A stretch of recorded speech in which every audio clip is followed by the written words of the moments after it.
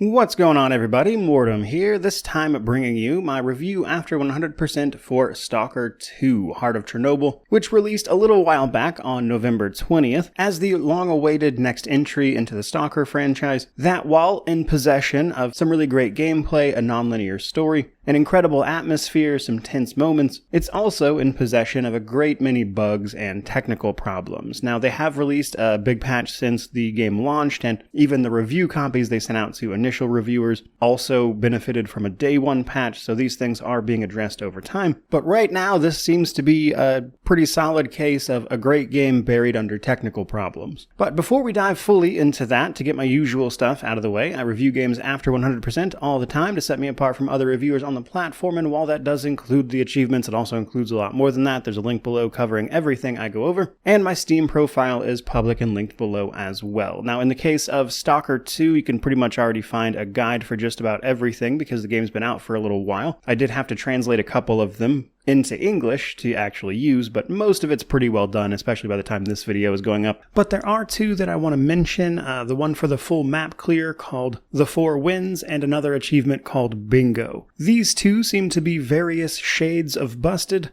and to give some background there, The 4 Wins requires you to explore all of the map by its own description, but it's a little unclear if that means locations or zones, and I actually unlocked this one inadvertently by using console commands, meaning that because this game is fairly buggy, you can get a mod that will give you access to console commands, and I've played a Bethesda game before, so after getting softlocked twice, which we'll talk about, I figured I'd grab that and maybe I could fix any problems I ran into, and in exploring outside of the map, you can find some areas that will be marked as locations on your map, including a couple of zones that you can see if you mouse over them, but you don't seem to be able to actually walk into, which are maybe reserved for like DLC or something, I don't know. But while I was messing around with all of that, the 4 Wins unlocked, fairly obviously not the intended method. And then the other one is Bingo. This is an achievement for experiencing the various status effects throughout the game, but the achievement is very unclear if this means individually or all at once. And this only worked for me after experiencing all of them at once multiple times, but I'm very unclear if you need to have each one of them a certain number of times, etc., because the wording of the achievement is extremely unclear. But that one, it does look like some people at least have achieved enough to register Steam's completion rates even. So I'm not sure if that one is actually busted or if the exact requirements are simply very obscure. So perhaps unsurprisingly, given the rest of the game's state, there also seems to be a little wonkiness with a few achievements there as well, and I wanted to highlight that in this video at least.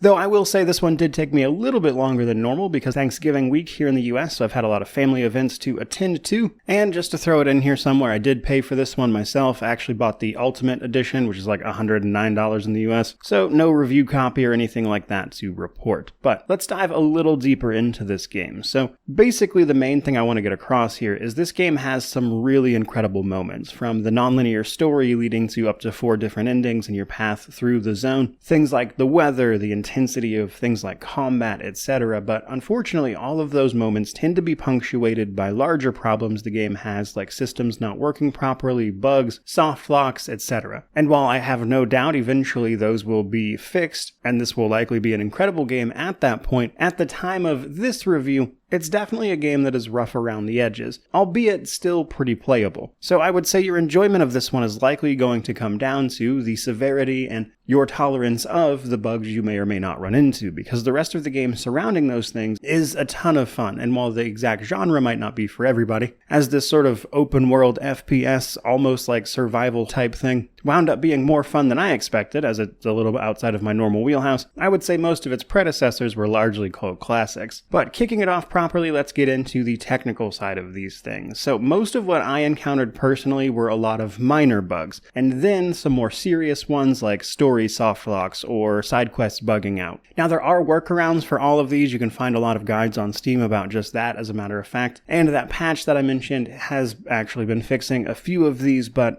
I think you're still likely to run into problems. In particular, though, when siding with the Ward faction, one of the main paths through the game, I would say, I encountered 2 different softlocks with their main story, forcing me to reload about 30 minutes prior so I could, do something a little differently and fix it. So nothing truly game-breaking, but annoying at the very least. But then there's those annoying bugs. Just to point out one that I ran into a lot, sometimes my character would just randomly pick up like every gun in their immediate vicinity, which would also like forcefully unequip the weapons I had and replace them with those weapons I just picked up, and there weren't like any anomalies or anything like that running around, and it consistently kept happening. And because of the nature of the game, I actually kind of looked into this and was like, is this like an anomaly that is just really weird? But no, it turns out that apparently this happens sometimes when the game tries to spawn enemies around you but fails to do so for some reason, and as a result, whatever weapons it was going to give them just get thrown into your inventory up to the point of just forcefully unequipping what you have equipped, which got pretty old after a while, as you might imagine. So stuff like that is definitely still present, and all you've got to do is look at Steam reviews and the discussion forum thread, of course, to see people having hosts of problems. So while I wouldn't go so far as to call the game unplayable or anything,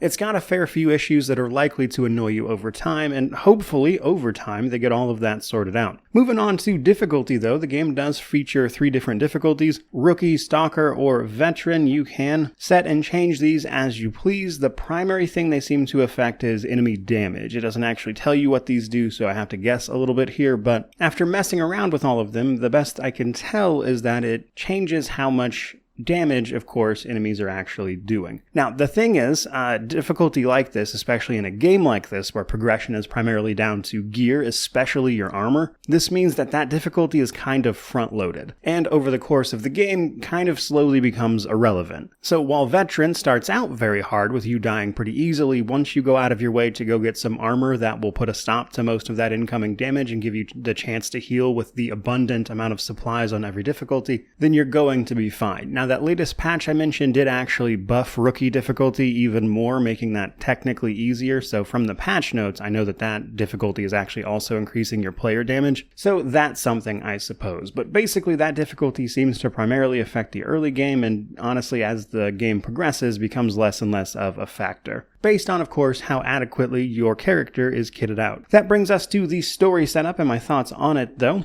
The game begins when your character wakes up in the middle of the night in their apartment, only to see it destroyed largely by an anomalous source of energy which leaves behind a crystal, and your character takes that to the place those things are known to come from, the Zone, trying to investigate and get to the bottom of it, only for us to be attacked, be pretty much left for dead, and forced to fight our way through the Zone, ultimately getting involved in a bunch of events along the way that determine its ultimate fate. Now, I don't want to go into full spoilers here, as the game hasn't been out that long, but broadly speaking, the story is definitely non-linear. You'll often be presented with different choices. This will lead to a couple of main paths through the game, which can lead you to a couple of different unique missions, and then towards the end, like the last few chapters, those choices become more diverse and start branching out, allowing you to reach up to 4 different endings, each of which results in a different outcome for the Zone overall. I would say one of them does definitely seem to be like the true ending. It does, I would say, take the most work to actually get, and sets up the universe or franchise in a position to, I would say, readily make more of these with different story. But of course, that's all really up to you. Now, depending on how often or frequently you are saving at particularly important moments, it is possible to get to a certain point in the game, make a save, and then sort of play through the ending multiple times to get those all right away, rather than having to play through multiple times for each ending specifically. So it's a little easier to see all of those options than it might initially appear. But there is a lot of that stuff to see, and I would say the game really shines, especially in the moments with those cutscenes where they do a great job of animating all these characters and really sort of bringing you into the moment. Now, with that in mind, there are some limits here. Throughout the game, you can mostly kill just about everybody you run across, but there are story-critical characters that are either hidden in places that you cannot kill them, so to speak, or when you actually do have a chance to aim at them, it refuses to let you take the shot, as an example. So that's something to know, I suppose. But from there, let's talk progression systems for this one. Progression is really simple, to be honest with you. It's basically just gear and your overall protection from damage from either your armor or your artifacts. But essentially, you want to upgrade your gear, which comes by just finding better variants of it, of course, and then also upgrading that gear at technicians. Technicians can install different parts. Each of them has a specialty, and not every technician can install everything. And along the way, throughout the game, you'll often find hidden stashes that can potentially have blueprints and things for extra upgrades these technicians might add to armor to do things like, say, reduce weight, increase damage, increase protection, help you against certain types of things, etc. So you can customize this gear you're picking up a fair bit, which I would say is most notable for attachments onto weapons, allowing you to do things like add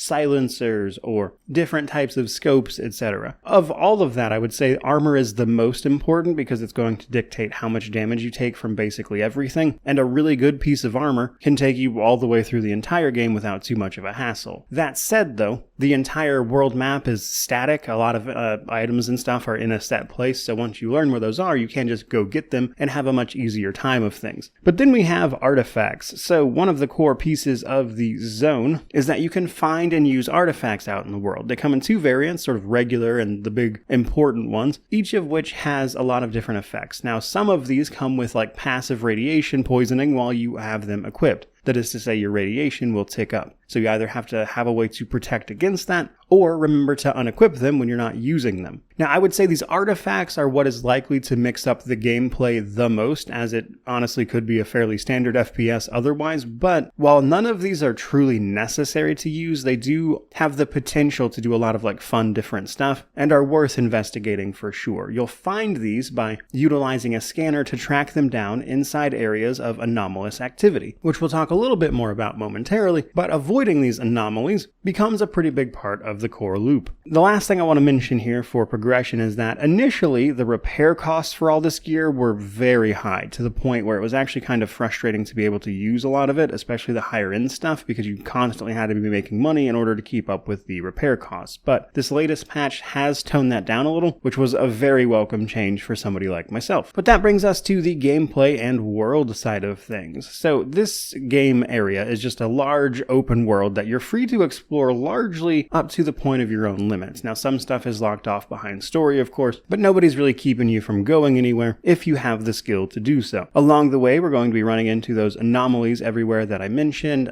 mutants and how that has affected wildlife, hostile enemy factions, neutral enemy factions, other people to engage with, and while what is supposed to happen, that is currently bugged out, is what they call the A-life system. All of these like characters and groups of enemies, etc. are supposed to interact with each other and make the world be a bit more believable around you, but some bug is preventing a lot of that from actually working as it should, which means what happens instead is oftentimes a lot of things will spawn around you to the point where just loading a previous save will make those enemies disappear. So as a result, things like interacting with certain factions can feel a little lackluster at times. But while some of that is definitely a little bit odd, what you can do is run up and shoot basically anyone in the face, which can cause you all sorts of problems, turn factions hostile, and it will dictate how easily you're going to get around the zone. But generally, if you avoid that type of behavior, you'll likely be fine. Now, unfortunately, I would say the biggest thing about this, because even if it was working, you would still have an issue with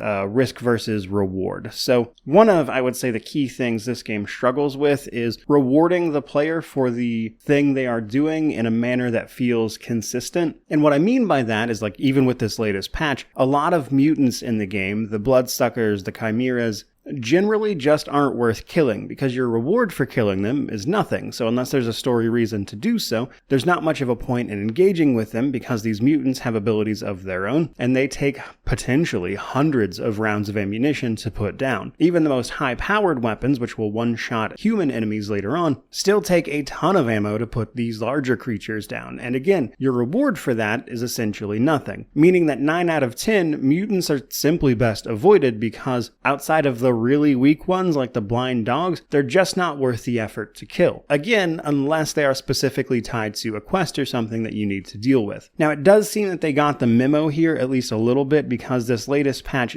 does make some small adjustments to some of them, but I don't think it really affects the larger issue at play. Now, you compare that to fighting human enemies. Human enemies especially drop tons of resources. I was constantly just drowning in medkits and items, and some of this goes back to your character's inventory and weight limit. From what I understand, the point here is to, make you have decisions about how much supplies to take on any individual run before you head back to town and drop some of this stuff off in your stash if you want to keep it or sell it if you don't. But the problem with this is, at least in my opinion, is that even on higher difficulties, this means you are swimming in resources constantly. But you get those resources from the absolute easiest enemies to kill. So personally, what I would like to see is some sort of balance pass that makes that system make a little more sense in terms of the effort you are putting into a situation and the reward you are getting out of it. Because while the game will initially be, I would say, a relatively slow-paced title with you kind of taking your time, stealthily taking out enemies, once you get some gear under your belt and you kind of know what's what, and you're not really concerned about healing or taking care of your items anymore, it's very easy to just run through a place guns blazing, potentially even ignoring the enemies altogether because they just become irrelevant after a certain point, which can cause you to play the game very differently in a way that doesn't feel intended. And that's before you even start talking about artifacts. So there's that. But a few other things to know. There are large settlements that dot the map. This is where you're going to go to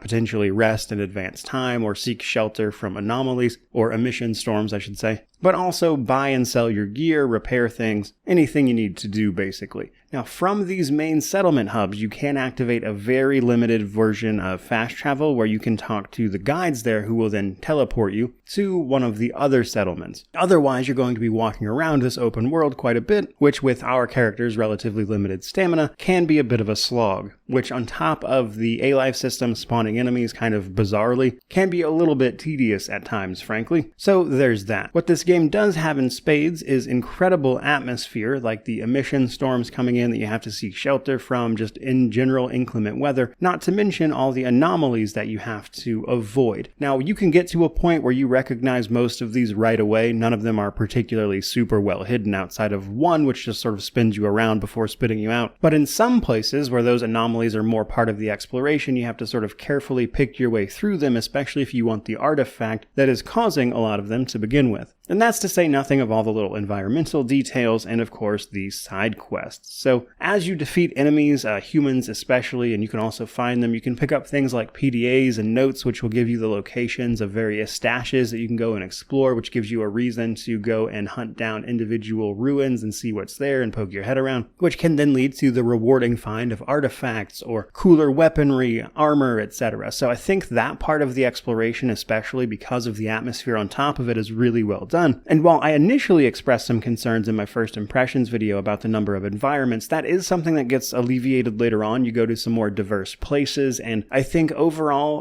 Pripyat was probably the best part of the game for me personally in terms of just raw atmosphere, because that place seems so deserted, but it is kind of teeming with life in terms of enemies and factions. So that place in particular felt really, really cool to explore. Now, outside of the main story, there are a whole host of side quests as well that can kind of explore some of what is possible here, people's way of life and what they get up to, some of which are really well done, such as this side quest I got to go free some people from a bandit slaver, more or less. But when you get there, they're willing to talk, and if you actually do talk to the guy, he agrees to release them if you can shoot apples off of all three of their heads, and I assume they would attack me at some point, but if you do it successfully and don't kill these people, he will let them go, which I thought was just a funny outcome to the whole situation. And there's all sorts of little side quests like that that tell you, again, a little more about the world, but also do it in a way that feels really fitting, and in some cases can even subvert some expectations, which I thought was great. So while it's not perfect, I would say the core of what they're trying to do here in terms of the gameplay and exploration is a lot of fun. Which brings us to the combat side of things. So as an FPS, a lot of combat is just going pew pew at different things, with of course different weapons. Now it is obviously much more interesting than that, but that is the core of it. In fact, I would say combat is simple but surprisingly fun in how you can use a lot of these systems to make unique moments. Now on our end, it basically comes down to the weapons we are using, the ammo we have with us, and what we can do against enemies with those things. This leads to the usual play styles. You can run and gun with machine guns, you can use a sniper rifle, you've got limited melee options. You can throw grenades, etc. But where this game really shines is how you interact with the environment, because enemies can get caught in anomalies too, and you can potentially lead them into them as an example. You can also utilize different artifacts to give you different effects in combat to sort of change things up as well, potentially giving you an edge if you're willing to put up with the potential radiation as a result. Radiation can be cured with different things, like just straight up drinking booze or using actual anti-radiation drugs. Some enemies will fight each other. You can often find different factions at war with one another. Sometimes different mutants and animals can even attack each other, but that seemed much more rare. And then of course things like individual mutants having different powers and approaches to combat can be a lot of fun. For instance, there's like a cat-looking thing that can mimic human speech to lure you in. They have a lot of funny things to say. Controllers will raise up zombies and try to fight you with those, but are themselves relatively weak once you get on top of them. There are blind dogs, etc. But some are just straight up annoying, like the Psy dogs. These are dogs that like sort of endlessly self-replicate, and they replicate so often, and there's no discernible difference between the clones and the real one, that it can become just an absolute nightmare trying to kill these things, which can be said of the bigger ones like the pseudo-giants and the chimeras, but because they can take so much damage and the reward is a nothing burger afterwards. So combat can be a mix of really engaging or really frustrating, depending on how many systems you're willing to effectively use in combat, combined with whether or not you are willing to take the time to fight individual things that might be annoying. So I think you'll get the most out of combat if you learn to pick your moments and set things up in your favor, which can lead to a little bit of that slower paced gameplay, but also simply knowing when it's not worth your time goes a long way. Which harkens back to some of that core gameplay people were telling me about, where you have to make decisions about, little things like what to take with you, how much ammo you want to bring, the overall inventory weight, and how that's going to affect your ability to pick up quest items and what you'll have to drop and leave behind. So there's a whole host of little micro decisions, both in the gameplay and exploration, but also the combat, that I think are what provide the overall experience being as good as it is, minus, of course, the bugs and technical issues. But with all of that said, let's talk about the Steam Deck. The Steam Deck has an official rating of unsupported, and for good reason. The frame rate is terrible. For whatever reason, despite having controller support, it doesn't seem to actually work on the Steam Deck, and the same bugginess you see everywhere else. Technically speaking, you can get the game running on there, but I don't think it's anywhere close to a playable experience, so I would give it a big don't. Which brings us to positives, negatives, and then we'll wrap this thing up. So on the positive side of things, I think for me it was the non-linear story. I enjoyed engaging with all these different factions and seeing what was possible in terms of the decisions made and how that led to crazier and crazier outcomes, depending on what you personally feel about the zone and what it is worth or what it should be. Then there's the atmosphere. Something about crawling through this world, having to make all these little decisions along the way, makes a game that can feel really tense even when it really isn't and you're not really in much danger at all. And there really is something to be said about the world they've built here, and how they've blended that with the core mechanics to make this really interesting experience that definitely feels pretty unique. But on the negative side of stuff, for me, it was definitely obviously the bugs and technical problems. That's going to take a little while to be fixed, and it's probably the biggest negative I've got for you. That stuff really eats into your enjoyment of this one. The game is good in spite of those things, but it still sucks for sure. Also, in general, I think some of the game needs a balance pass. The risk versus reward of certain fights or enemies just doesn't make any sense. A lot of times, especially when you run into the sort of higher powered mutants, it's just not worth the effort to fight them because it's going to cost a bunch of time, hundreds of rounds of ammunition, wear on your gear, and your reward for that is usually literally nothing unless it was for a story mission or they were guarding like maybe a chest or something, but that doesn't happen that often. Which brings me to my conclusion. Basically, Stalker 2 is a fantastic game with some unfortunate technical problems that could also stand to use some response to player feedback since the game's launch in order to tighten up some of the squeaky wheels, so to speak. Meaning that I think once this game gets patched up and they start releasing some of their planned DLC, it's likely going to be an incredible time. But right now, it's definitely got a few issues, which makes recommending it a little more complicated. So the base game is $60 US, the Ultimate Edition is $109, which I personally paid for. And for that price, is there a good game here? Yeah, absolutely. It's a ton of fun. So basically, whether or not you should buy this now comes down to how much do you think those bugs and stuff are going to bother you? Because if the answer is a lot, then I would hold off and wait a little bit, and once they get that patched out, it'll definitely be worth the money. If those things don't bother you very much, then I think it is worth it right now, especially for the base price of $60. But that's ultimately a decision you're going to have to make for yourself. But speaking for myself, this is a game I will definitely be checking back in with as it drops more and more patches and eventually gets around to that DLC, which is why I bought the Ultimate Edition to begin with. So I hope they get all that sorted out, because I'd really love to see this live up to its full potential, even if it is already a lot of fun. And that, I think, is where we're going to leave off this particular review, so hopefully you enjoyed it. If you did, don't forget to like, comment, subscribe, all that YouTube jazz. But regardless of any of that, truly, just thank you so much for watching. I really do appreciate it. May you wander in wisdom and have an amazing day.